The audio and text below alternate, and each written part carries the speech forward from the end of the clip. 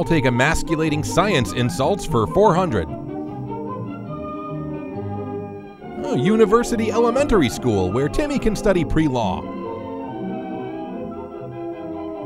Ironically, this kid has no clue. Chris likes to prove things, just as scientists do.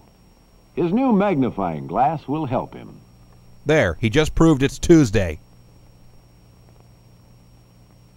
Because a magnifying glass makes everything look bigger, it can help us find out many things. It can help us read Smurf graffiti or give Stuart Little a wedgie. Chris has been told that a shirt is made of small threads. With his magnifying glass, he proves this is true. He can easily see the small threads that make up his shirt. This stunning scientific breakthrough rocks Chris's long-held presupposition that his shirt was made of steel and unicorn blood. Chris looks at the magnifying glass itself. The piece of glass inside the metal frame is called a lens. He notices that the lens curves. This is, of course, quite unlike the surface of the Earth, which everyone knows to be flat, according to scientific principle.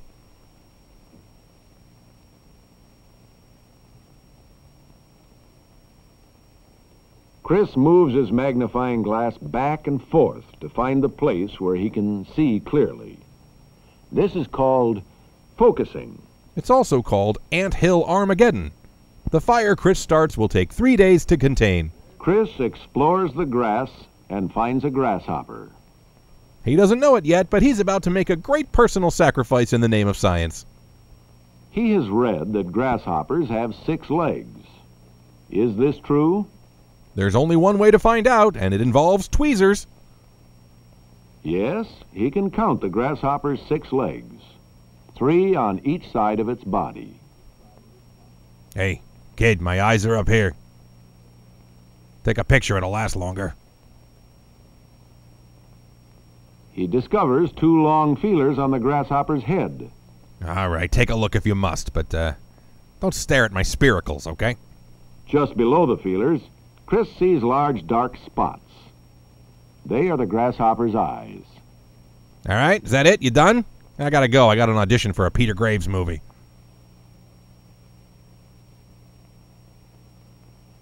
Chris sees a feather dropped by a bird. Okay, let's discover its magical, secret, scientific wonders, I guess. He finds that the feather parts stick together. Prove it with a magnifying glass! Through his magnifying glass, he finds out why. It's cursed by a wizard. One side of each part is fuzzier than the other. The fuzz hooks the parts together. Whoa, whoa, English, please. Enough with the science jargon, man. I'm here to chew gum and see what things look like slightly more close up, and I'm all out of chewing gum. I've discovered potpourri. This rock Chris has found crumbles easily. That's not a rock. That's feta cheese. What can he learn with his magnifying glass? I'm going to go out on a limb and say what stuff looks like slightly more close up. He discovers that the big rock is made of little pieces of rock. Now the corporations that have been hiding this fact from the American public will have to deal with their Chris problem.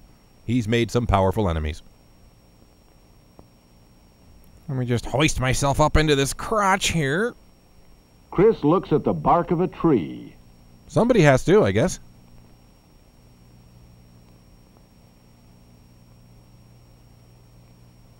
The bark feels very rough. Chris prescribes a fatty diet and a moisturizer.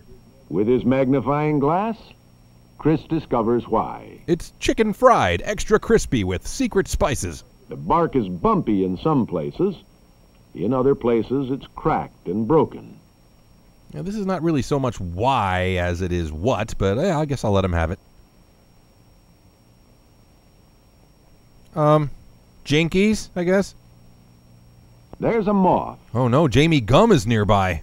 Or worse, Richard Gere. Chris has been told that moths and grasshoppers are alike in some ways. Is this true? Oh, you tell me, buddy. One of us hops around in the dirt like an idiot. The other one soars majestically through the freaking sky on giant fuzzy wings. Chris finds that the moth, like the grasshopper, has two feelers on its head. Like the grasshopper, the moth has large, dark eyes below each feeler. Oh, sure. Well, if that's your basis of comparison, I mean, we're both carbon-based life forms, too. I guess we're exactly the same. Chris sees the newspaper being delivered. Prove it with a magnifying glass. What can his magnifying glass help him discover about a newspaper? He can read the fine print on an ad for water heaters. A picture in a newspaper looks like this. Oh, I love the engagement announcements. They look so happy and hopeful. But through his magnifying glass, Chris finds that it is really made of hundreds of tiny dots. That man's not real. He's just pixels and math.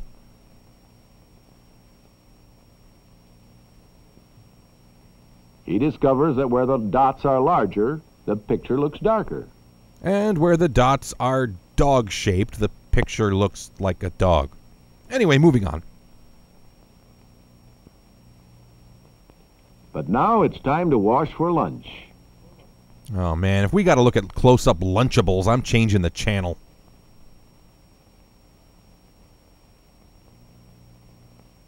Chris rubs his hands together to make soap bubbles. Find someone who looks at you the way Chris looks at soap bubbles. Soap bubbles, he's been told, are made of air mixed with soapy water. Blasphemy! Is this true? Prove it with an M16. I mean, magnifying glass. Chris, buddy, stay on task. Chris can see right through the bubbles. They're really bad liars, and he's on to their shenanigans. The bubbles are like tiny balloons filled with air. Oh, nice Star Trek explanation, thanks. You really made that complicated scientific concept accessible, even to a layperson like me.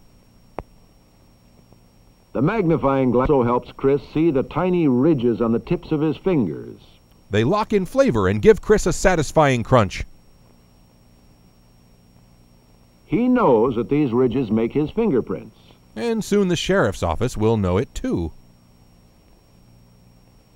Chris has heard that his fingerprints are different from everyone else's.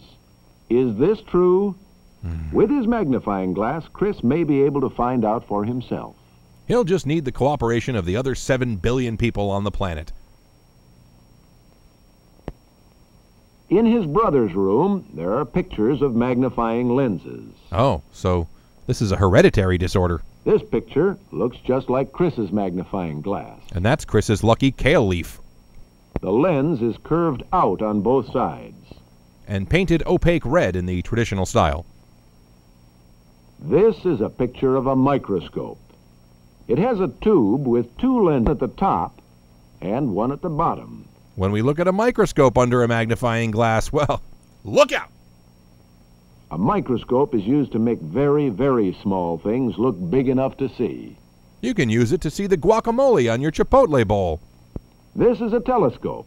It also has 2 lenses. It's for proving your neighbor's underwear exists.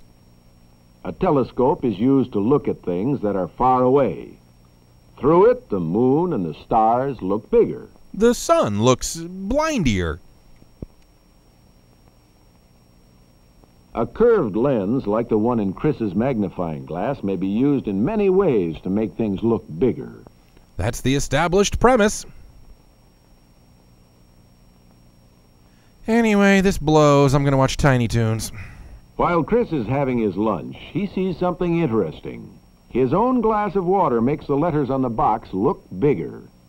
The curved glass, filled with water, acts as a magnifying lens.